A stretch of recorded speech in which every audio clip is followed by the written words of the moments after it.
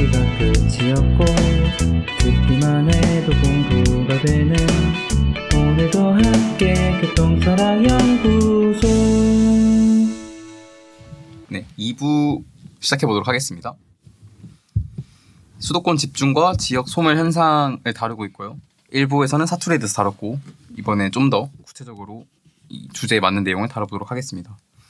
예로부터 이런 말이 있죠. 말은 제주도로 보내고 사람은 서울로 보내라. 그만큼 수도권이니까 수도니까 기회가 많고 그래서 사람은 서울에 가야 큰일을 할 수 있다 이런 인식이 있는 것 같은데 너무 심해서 문제죠. 그래서 저희도 지금 서울에서 지금 그렇네요. 만난 올라온 사람들이니까. 사람들이죠. 저희. 근데 그 이유도 참 많은 것 같고 해결하려는 방안들도 있고 그런 것들을 한번 알아보도록 하겠습니다. 먼저 개민님이 이 현상에 대해서 좀 설명해 주시겠어요? 먼저 역사적인 배경부터 살펴보면요. 수도권 인구의 집중은 갑자기 생긴 문제가 아니에요. 일제강점기 때 이제 일본이 저희 나라를 통치할 시기에 저희 나라라고 하면 안 돼요. 우리나라죠. 우리나라를 통치하는 시기에 이제 서울을 중심으로 아무래도 산업 같은 거를 발전시키다 보니까 자연스럽게 사람들이 서울로 몰려오게 됐고요. 뭐 전쟁이나 피난 같은 것들로 사람들이 좀 흩어지긴 했는데 그 다음에 6, 70년대에 다시 이제 서울을 중심으로 행정과 일자리가 집중되면서 일하려면 서울로 가야 한다라는 인식과 함께 이촌향도 현상이 일어나게 된 거죠. 그 이후에 막 정부가 제도를 통해서 인구와 산업의 집중을 억제하려고 노력을 했대요. 그래도 사람들이 서울을 아예 떠나기보다는 서울 외곽이나 신도시로 이동하면서 수도권 중심 구조가 유지돼 왔다고 합니다. 이게 사실 어쩔 수 없는 거잖아요. 모든 인프라를 전국에 그렇죠. 다 깔 수는 없는 거니까. 이런 역사를 바탕으로 하고 지금부터는 통계청 자료를 바탕으로 인구 이동을 순이동부터 연령대, 규모, 사유의 측면으로 제가 알아봤는데요. 먼저 순이동을 중심으로 수도권 인구 이동 흐름을 보면요. 수도권은 2011년에 처음으로 순유출이 나타났고 2017년을 기점으로 다시 순유입으로 전환된 이후에 그 흐름이 지금까지 이어오고 있다고 해요. 2024년 작년 기준으로 보면 수도권으로 들어온 인구는 약 334만 명, 빠져나간 인구는 약 330만 명으로 전체적으로는 소폭이지만 그래도 순유입 상태입니다. 그런데 여기서 흥미로운 점이 이 이동이 거의 절반이 수도권 내부에서의 이동이고 비수도권과의 이동은 유입이 약 7%, 유출이 약 6% 수준으로 비수도권과의 이동 규모 자체는 크지 않다고 해요. 저는 개인적으로 이 수도권 내부 이동이 비수도권과 비교해서 거의 2배나 차이 나는 게 조금 신기했거든요. 근데 또 생각해보면은 수도권 사람 입장에서는 굳이 지방으로 내려가가지고 여기서 내가 너무 편리한데 왜 내려가야 되지? 라는 생각을 할 것 같고 또 지방에 있는 사람들은 거기 사람도 많고 복잡한데 내가 왜 거기까지 올라가? 집값도 비싼데 이렇게 생각할 것 같거든요. 저는 그렇게 생각하는데 지방 분들도 그렇게 생각하는 건지 내려가는 몰랐어요. 거에 대해서는 굳이 내려갈 이유가 없으면 근데 올라오는 것도 번잡한데 왜 가냐 이렇게 그런 생각할지는 인식도 꽤 몰랐어요. 있죠. 네. 맞아요. 그 집값이 비싸니까 그게 사실 맞아요. 엄청 큰 문제죠. 맞아요. 그렇게 생각하실 수도 있을 거예요. 그런데 수도권 내에서 이동하는 거는 생각해봤을 때 말 그대로 집값이 비싸니까 서울 말고 좀 주변 외곽으로 빠져서 경기도권이나 이런 데 가려는 움직임이 많잖아요. 그런데 그런 건 또 있죠. 한번 서울에 들어오면은 수도권에 들어오면은 그 나가고 싶어하는 사람들은 많이 없는 그런 것도 맞아. 있는 것 같아요. 맞아요, 그렇죠. 맞아요. 워낙 편하니까. 저는 제가 서울에 올라와서 크게 이런 인프라에 누리지 않았다고 생각을 했는데 막상 생각해보면은 서울이기 때문에 사실 좋은 점들이 되게 많은 것 같거든요. 뭐 이런 스튜디오가 준비돼 있다거나 지하철, 울산은 지하철이 없어가지고 서울 지하철을 쓰면 고래 이동도 있잖아요. 좋고. 그쵸, 저희는 고래 타고 다니죠. 네. 제가 정확하게 기억이 안 나서 그런데 네. 뭐 연령대별 통계도 있었나요? 네, 연령대별 통계 두 번째로 말씀을 드려볼게요. 최근 20년 동안 청년층은 수도권으로 계속 순유입되는 반면에 중장년층은 2007년 이후에 꾸준히 순유출을 보이고 있다고 하는데요. 작년 한 해 기준으로 보면 청년층의 순유입은 청년층 전체를 기준으로 1.1%, 중장년층의 순유출은 0.2%로 사실 한 해만 보면 그 규모가 그렇게 크지는 않아요. 근데 이 패턴이 20년 넘게 반복되면서 수도권에는 청년 비중이 높아지고 지방에서는 청년 인구가 줄어드는 구조가 고착되고 있다고 합니다. 이게 큰 문제인 것 같아요. 저는. 네. 맞아요. 청년들이 빠져나가는 게. 근데 사실은 지방으로 내려가는 움직임이 저는 있다는 것만 해도 그래도 희망적인 거지 않나. 아 그런데 또 요즘 그런 얘기가 있잖아요. 부산은 노인과 바다다. 아. 그걸 제가 뭐래 뭐 이렇게 생각을 했는데 진짜 제가 본가에 내려가 보니까 서울에 있으면은 노약자석이 요만큼 있고 보통 그냥 일반석이 이렇게 있잖아요. 여기에 보통 그 노약자 분들이 많이 앉아 계신데 부산에서는 여기 청년석이 일반석에도 네? 청년석이 있어요? 아예 또 그건 아니에요. 아 정말 그 정도는 아니에요. 아직. 여기 그 일반석에도 되게 어르신 분들이 많이 계셔가지고 그냥 여기서도 그냥 여기 앉으세요 이렇게 계속 비켜드리게 되는 그런 걸 제가 몸소 느끼니까 아 진짜 여기 청년들이 많이 없어지고 있구나. 부산은 그래도 큰 도시인데도 맞아요. 이렇구나. 부산이 쇠퇴하는 게 좀 한국의 어떤 그 문제 상황이라고 할 수 있겠죠. 제2의 도시 역할을 하고 그쵸. 지역적인 위치가 다르면은 이쪽에서도 크게 돼야 되는. 그리고 요즘에 보면은 혼자 움직이는 이동이 조금 늘어나고 있다고 하거든요. 수도권 인구 이동에서 1인 이동 비중이 계속 늘어나고 있고 특히 비수도권과의 이동에서는 1인 이동이 70% 이상으로 압도적인 비중을 차지하고 있다고 해요. 그래서 가족 단위보다는 1인 단위가 점점 그만큼 늘어나고 사실 보면은 가족이 전체로 이사를 했다라는 말보다는 저희처럼 그냥 그쵸. 상경했어 이런 게 더 많잖아요. 맞아요. 사실 사회 문제는 다 연관돼 있잖아요. 모든 맞아요. 것들이. 청년들이 왜 여기로 오느냐 했을 때는 뭐 일자리가 집중 그쵸. 그나마 있는 게 서울에밖에 없어서가 되고 근데 그런 식으로 청년들이 올라오면은 말씀해 주신 것처럼 1인 가구의 형태가 늘어나면서 그럼 또 뭐 사회적 고립이 생기기도 하고 뭐 주거 문제가 생기기도 하고 뭐 아니면 교육을 중심으로 이렇게 해석할 수도 있고 다 이렇게 복합적인 문제가 있는데 이걸 해결하는 게 또 중요하잖아요. 그러면은 문제점 해결하기 전에 지목님이 이 현상 그 끝나셨나요 그러면? 하나 더 남아있긴 네. 한데 하나 더 마저 네. 하시죠. 마지막으로 이 전입 사유를 보면은 이동의 성격을 더 분명하게 볼 수 있는데요. 수도권 내부 이동의 경우에는 2024년 기준으로 주택 사유가 약 40%로 큰 비중을 차지하고 있고 그 뒤를 가족과 직업 사유가 잇고 있습니다. 주택을 이유로 한 이동은 점점 줄어드는 추세이긴 하지만 그래도 약 40%로 굉장히 큰 비중을 차지하고 있다는 점이 눈에 띄고요. 반면에 비수도권에서 수도권으로 들어오는 이동의 흐름을 보면은 2024년 기준으로 직업 사유가 약 43%로 가장 큰 비중을 차지하고 있고 가족과 교육 사유가 그 뒤를 잇고 있습니다. 개인적으로는 수도권 내부 이동은 뭐 부동산 가격과 주거 여건의 영향을 많이 받고 있는 것 같고 비수도권에서 수도권으로의 이동은 일자리와 함께 기회는 수도권에 있다라는 인식이 강하게 작용하고 있다고 생각합니다. 저도 그런 이유로 올라온 거. 그렇죠. 네. 저희도 교육을 위해서라고 볼 수 있겠죠. 그쵸. 대학을 단위로 올라온 거예요. 그러면은 다음으로 지목님이 이 지역 소멸 현상의 문제점에 대해서 얘기를 좀 해주실 수 있을까요? 네, 먼저 제가 찾아본 바로는 저는 지역 소멸이라는 용어에 대해 먼저 찾아봤는데요. 지역 소멸은 저출산과 고령화 지방 도시에서 대도시로의 인구 유출로 인해 지방 인구는 감소하고 쇠퇴하는 것을 말한다고 합니다. 특히 저희가 인근 국가 중에 일본이 있잖아요. 일본이랑 비교해도 일본에는 수도권 인구 집중도가 30.12%인데 오히려 우리나라는 50.24%로 월등히 높다고 합니다. 어떻게 보면 2명 중에 1명은 수도권에 산다는 의미이기까지 한데요. 이만큼 수도권 집중 현상이 매우 높다고 생각합니다. 그리고 지역 소멸의 주요 원인으로는 젊은 가임기 여성 인구의 감소와 그리고 수도권 집중 현상을 예로 들 수가 있을 것 같은데요. 특히 이 젊은 가임기 여성 인구의 감소에 대해 살펴볼 수 있는 좋은 지수가 있는데 그 지방 소멸 위험 지수라고 하거든요. 이게 한국고용정보원 이상호 연구원이 개발한 지수인데 65세 이상 고령 인구수 대비 20세에서 39세 여성 인구수를 이 지방 소멸 위험 지수라고 합니다. 이 값이 만약에 0.5 미만이면 여성 인구와 고령 인구의 절반보다 미만이라는 뜻이거든요. 이러한 경우에는 소멸 위험 단계로 보통 정의를 하고요. 근데 이 값이 0.2 미만까지 떨어진다면 이제는 고위험 지역으로 분류가 되게 됩니다.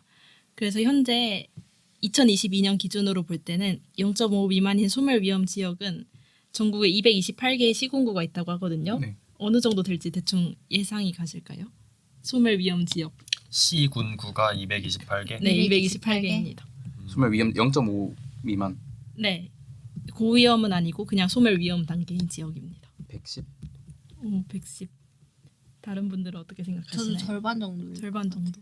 네, 정답이에요. 아주 정확히 맞춰주셨는데 오. 113곳이라고 합니다. 무려 완전 정확하죠. 저 안 봤습니다. 안 봤습니다. 그러면 0.2 미만인 고위험 지역은 몇 곳 정도 될지 한번 아. 예상을 해보시겠어요? 근데 이게 시, 군, 구?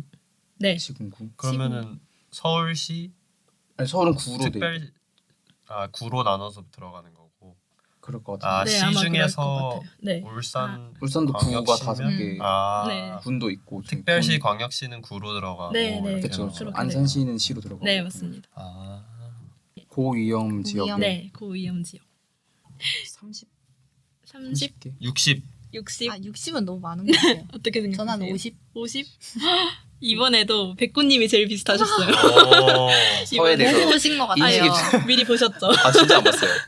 네, 36곳이나 된다고 합니다. 어. 대표적으로는 고창군, 의성군, 청양군 같은 군 지역이 되게 많고요. 그렇죠. 네.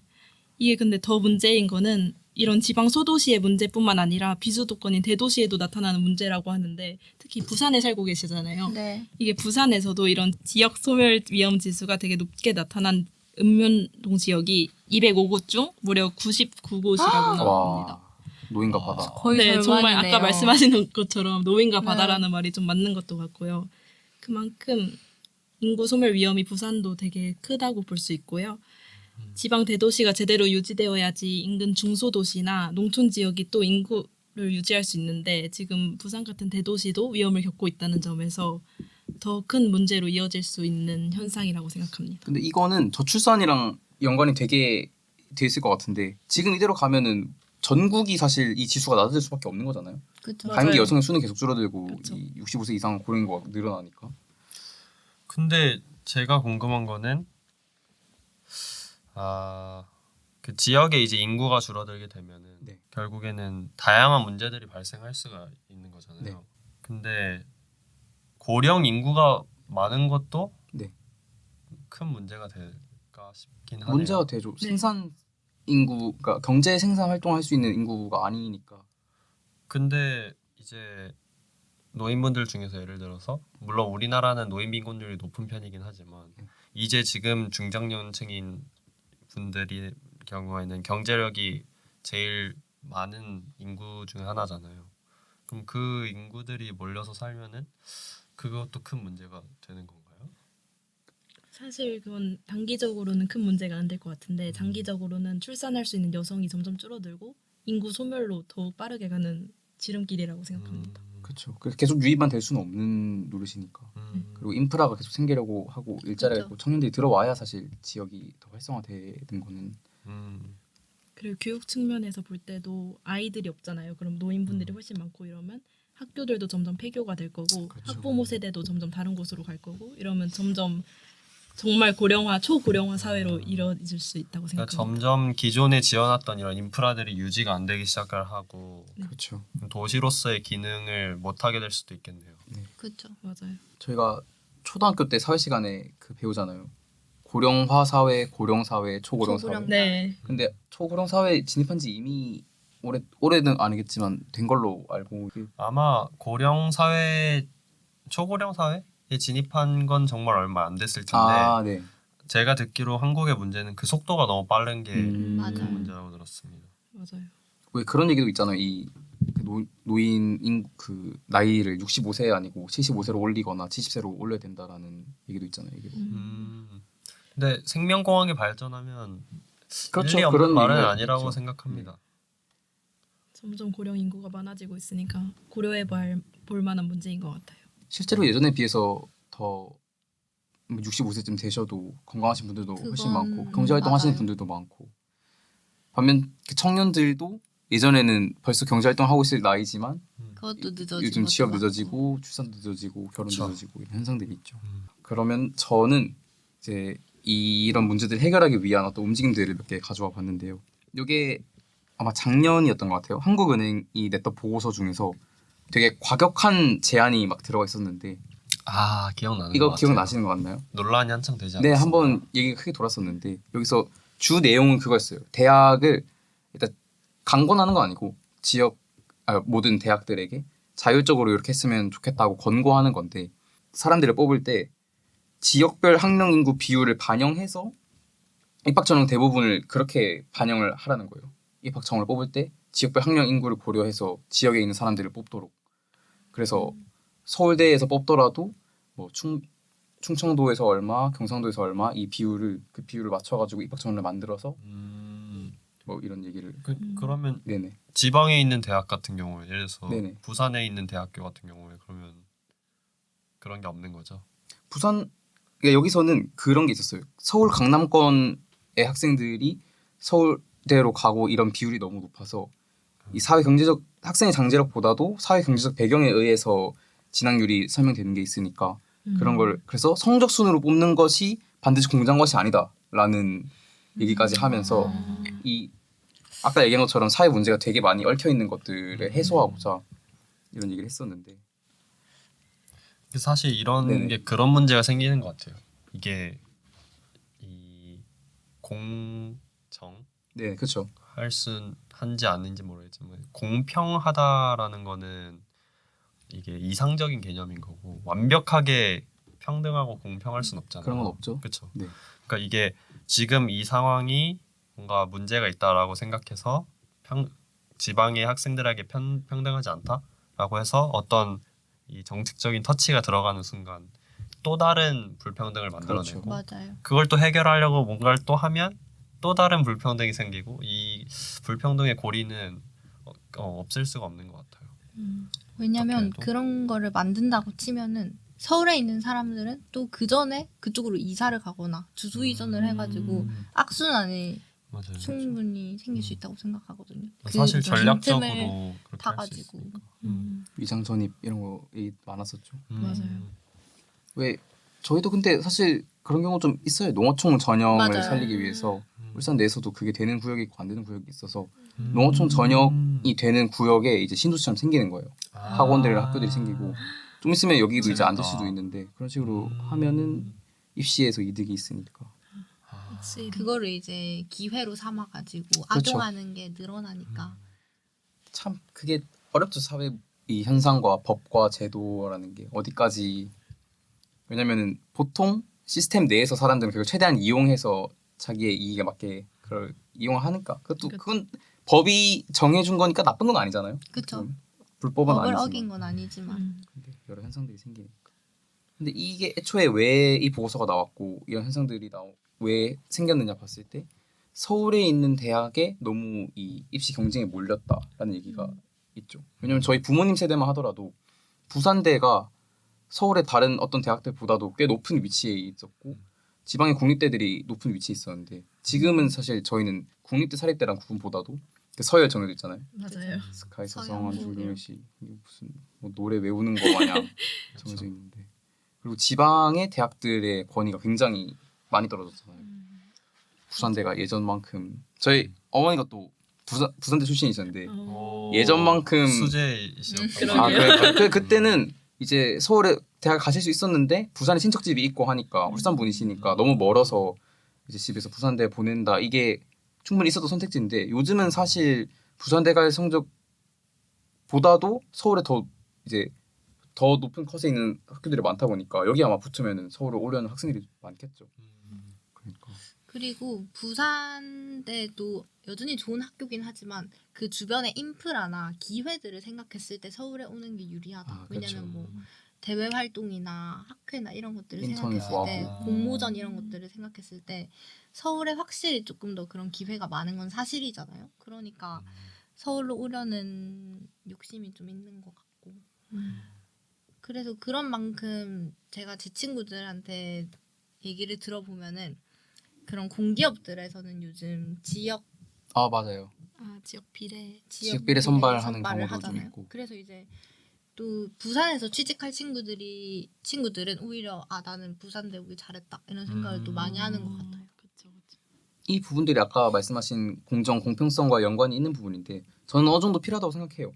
그게 그렇죠. 완전히 실력 순으로 뽑는 뭔가 평가하는 순으로 봤을 때는 그게 안 맞을 수 있지만 이 전체 국가의 균형을 봤을 때 이게 만약 균형 발전을 위해서 필요한 거라면은 지역 인재들을 더 이렇게 뭐 여기서 한은에서 얘기했던 보고서에서도 그런 취지로 얘기를 한 면이 있으니까 그런 제도들이 사회적으로 저는 필요하다고 생각합니다.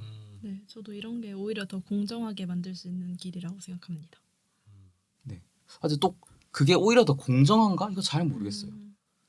저는 일반적인 관념으로의 공정을 조금 해치더라도 이것이 전체의 조화를 위해서 공동체를 위해서 필요한 거다라고 저는 생각하긴 하거든요.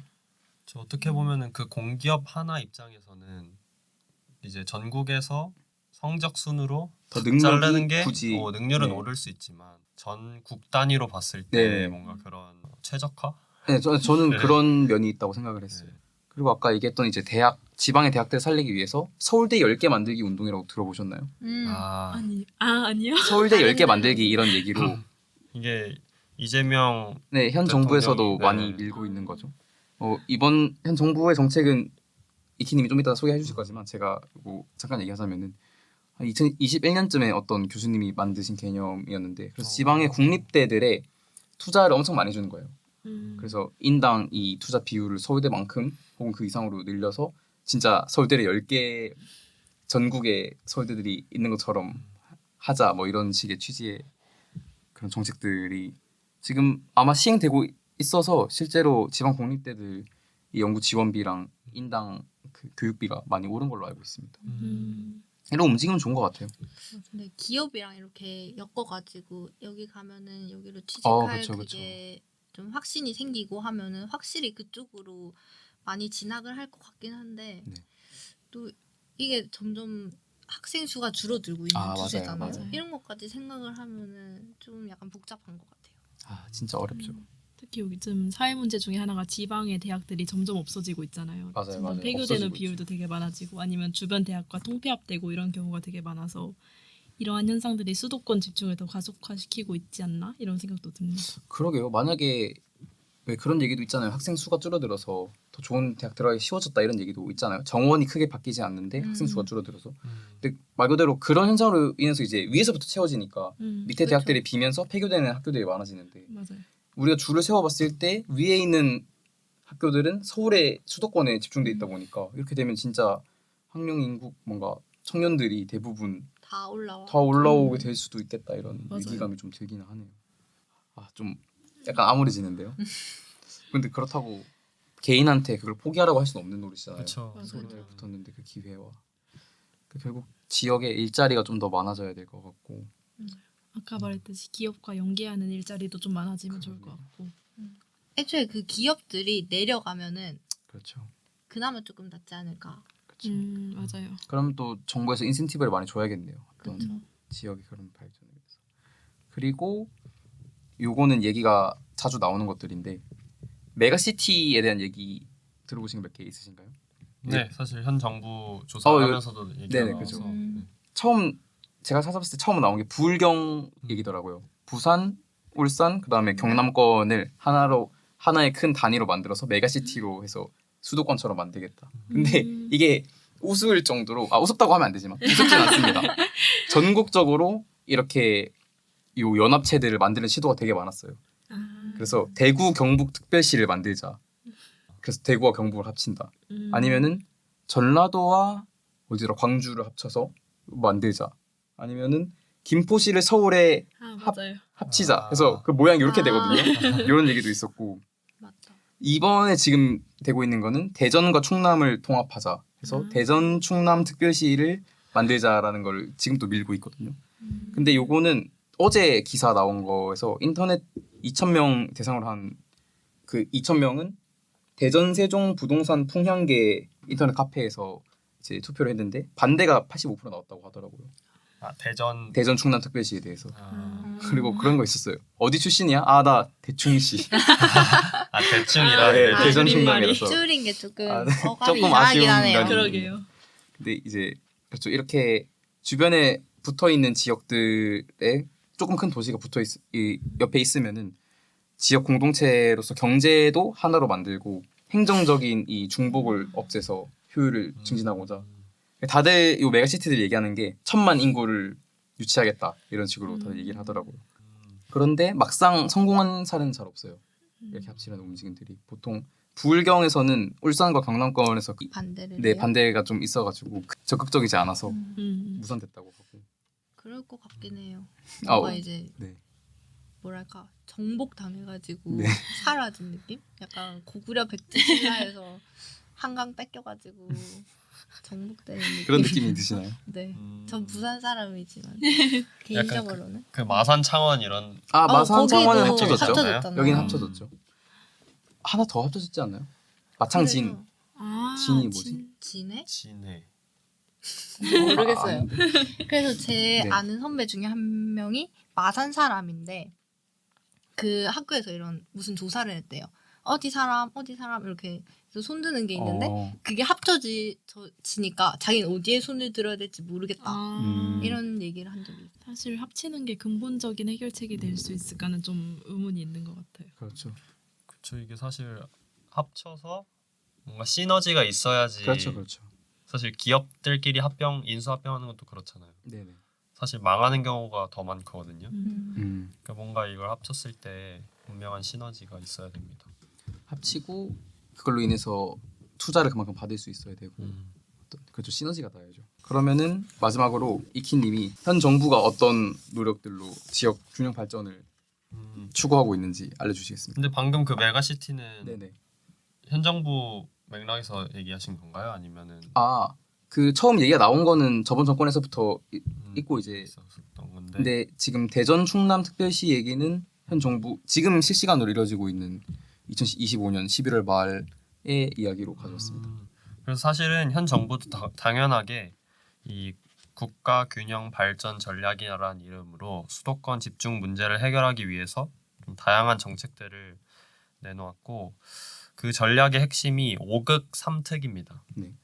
쉽게 말하면 우리나라를 5개의 거대 경제권과 3개의 특별 자치구역으로 나누겠다는 건데 그 5개는 수도권, 충청, 호남, 대구, 경북, 부울경 이렇게 5개의 대도시권이고 그래서 이 도시권에서 각자 자생할 수 있는 힘을 기르자라는 게 초점이에요.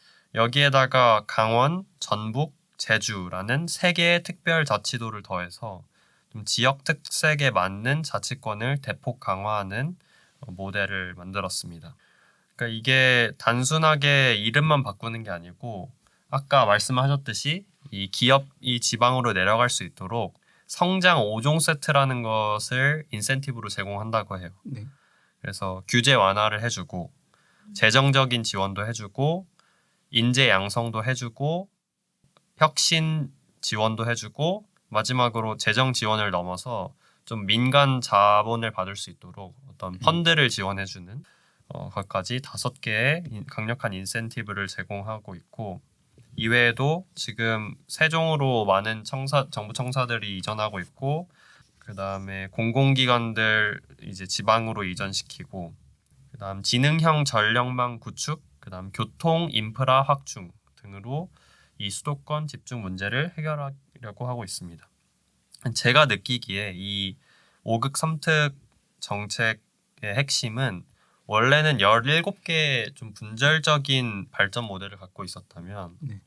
이 17개로 나누게 되면 각자의 이 단위들이 자생 능력을 갖게 될 수 있을지가 좀 의문이 그래서 크게 8개로 나누게 되면서 좀 그 각각에서의 자생력을 갖게 하는 것에 좀 초점을 맞췄고 또 권역별로 좀 특화된 공급망을 구축한다는 점에서 저는 인상적이었습니다.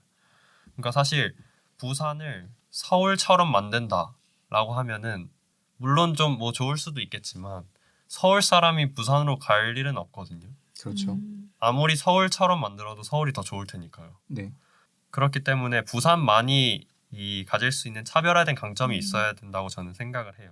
근데 최근에 이제 에이펙이 네네. 끝나고 최근에 발표된 바로는 이 현 정권이 부산으로의 해수부 이전에 총력의 그런 자원을 기울이겠다, 집중을 하겠다라고 밝혔는데 저는 이런 것들이 좀 부산의 그런 항구를 이용할 수 있는 나중에 북극 항로가 더 확대되었을 때 중국이나 일본보다 더 빠르게 대응해서 부산만이 가질 수 있는 어떤 차별화된 강점을 선점할 수 있는 전략적인 선택이라고 저는 생각을 합니다. 반면에 단점도 있는데요. 들으시면 아시겠지만 재원 조달이 굉장히 우려점으로 뽑힙니다. 그래서 에너지 고속도로, 교통망 구축 등등에는 천문학적인 예산이 투입되는데 이 재원 조달이 잘 안 되면 결국에는 국가 부채를 늘리거나 아니면 예를 들어서 에너지 고속도로 같은 경우에는 전기 요금이 높아질 수도 있는 거예요. 네, 그래서 이런 부분들은 분명히 해결되어야 되는 문제점 중 하나다. 근데 전반적으로는 그래도 어느 정도 전략적인 모델 아닌가. 대한민국이 아마 앞으로 나아가야 할 방향은 이런 지역 균형 발전을 추구해야겠죠. 해수부도 임시청사가 며칠 전에 세워진 걸로 제가 뉴스를 본 것 같기는 한데 아마 이전이 이루어질 것 같습니다. 그렇죠. 근데 아마 지금 해수부 또에 있는 사람들은 이동해야 되기 때문에 반대가 많은 걸로. 근데 사실 이거는 굉장히 예민한 문제이기는 할 텐데 네. 이 공무원의 장점이자 단점이라고 생각을 하거든요. 네. 장점인지는 모르겠지만 단점일 수 있는데 어쨌든 이런 게 감안되어야 되지 않나. 그렇죠. 왜냐면 사실 군대에 가보면 그 군인분들은 이미 사실 몇 년에 한 번씩 계속 맞아요. 움직이시거든요. 그렇죠. 국가가 전략적으로 선택을 했으면 그거를 따라하는 게 어쩔 수 없잖아요. 어쩔 수 없는 것 네. 같아요. 모두를 만족시키기엔 어려우니까. 그건 사실 불가능하죠. 네, 정책이. 최대한의 인센티브를 주고 그러면 또 결국 돈이고 아까 얘기했던 그쵸. 재정 조달. 재원 조달이 결국엔 가장 큰. 돈이 쌓이고 사회 문제가 참 어렵습니다. 그죠? 네. 뭐 누군들 잘 하고 싶지 않겠습니까? 뭐 정치인이든 공무원이든 누구든 다 자신이 생각하는 더 나은 사회를 만들기 위해 노력하려는 건데 이익 집단들이 대치되는 부분들이 있다 보니까 어쨌든 자기만의 이익을 쫓으면 아무것도 안 되는 건 맞는 것 같아요. 어느 그렇죠. 정도에 내려놓을 왜 이렇게 자신감이 없으세요? 생각합니다. 네, 오늘 이렇게 다양하게 수도권 집중과 지역 소멸 현상에 대한 얘기 그리고 일부에서는 사투리에 대한 얘기를 좀 해봤는데요. 마지막 가벼운 토크로 그럼 진짜로 뭐 저희가 간다고 이 지역이 발전하는 건 아니죠? 왜요? 아 저요? 백군님이 이제 대표님이 울산에 가시면 그 정도는 안 가시잖아요. 되는데 뭐 진짜로 지방에 가서 살아볼 생각이 있는지 이런 얘기를 하려고 제가 나중에 어디서 살고 싶은지에 대한 질문을 드려봤어요. 일단 개미님부터. 저는 솔직히 저만 생각하면은 부산에서 살고 싶거든요. 네. 이 이유가 가족이 제일 큰 것 같긴 해요. 그리고 제가 이때까지 부산에서 살아왔으니까 그게 너무 편하고 제가 너무 잘 알아서 그런 것 같기도 한데 서울에 왔을 때 서울이 뭐가 더 많은 거는 확실히 맞거든요. 근데 부산도 없진 않아요. 부산 좋아요. 충분히 많고 근데 집값이 아무래도 너무 커요. 집값이 서울은 너무 비싼데 부산에서는 그 같은 돈으로 조금 더 좋은 컨디션에서 살 수 있으니까 그리고 그렇죠.